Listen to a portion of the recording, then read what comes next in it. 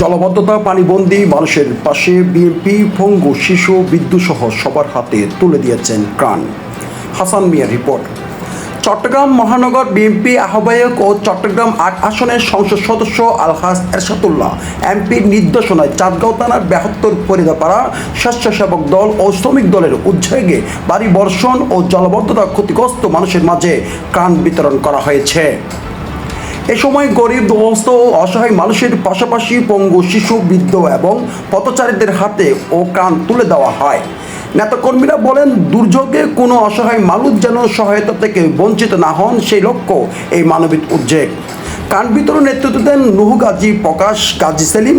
উপস্থিত ছিলেন শহীদুজ্জামান শহীদ, মোহাম্মদ ফিরোজ, দেলোয়ার হোসেন কোকা, ইসাক জয়, মোহাম্মদ রুহুল আমিন, মোহাম্মদ দিদার, মোহাম্মদ সবুজ, মোহাম্মদ শহীদ, মোহাম্মদ দেলোয়ার সহ স্বেচ্ছাসেবক দল ও শ্রমিক দলের একটি উদ্দেশ্য, একমাত্র এই গরিব দুঃখী মানুষের মাঝে বন্যা কবলিত দুর্গত এলাকায় সাধারণ মানুষের পাশে থাকার জন্য বাংলাদেশ জাতীয়তাবাদী দল, স্বেচ্ছাসেবক দল, শ্রমিক দল, যুব দল প্রত্যেককে কিন্তু বন্যা কবলিত মানুষের পাশে থাকার জন্য মাননীয় প্রধানমন্ত্রী জনাব তারেক রহমান উনি নির্দেশ দিয়েছেন।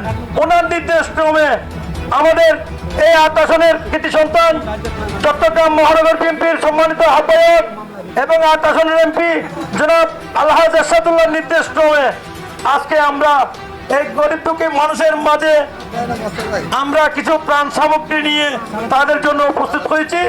সাথে সাথে আমি অত্র এলাকার বিত্তশালীদের কাছে আকুল আবেদন রাখবো, আপনারাও এই বন্যা কবলিত দুর্যোগ পীড়িত মানুষের সাহায্যে এগিয়ে আসুন।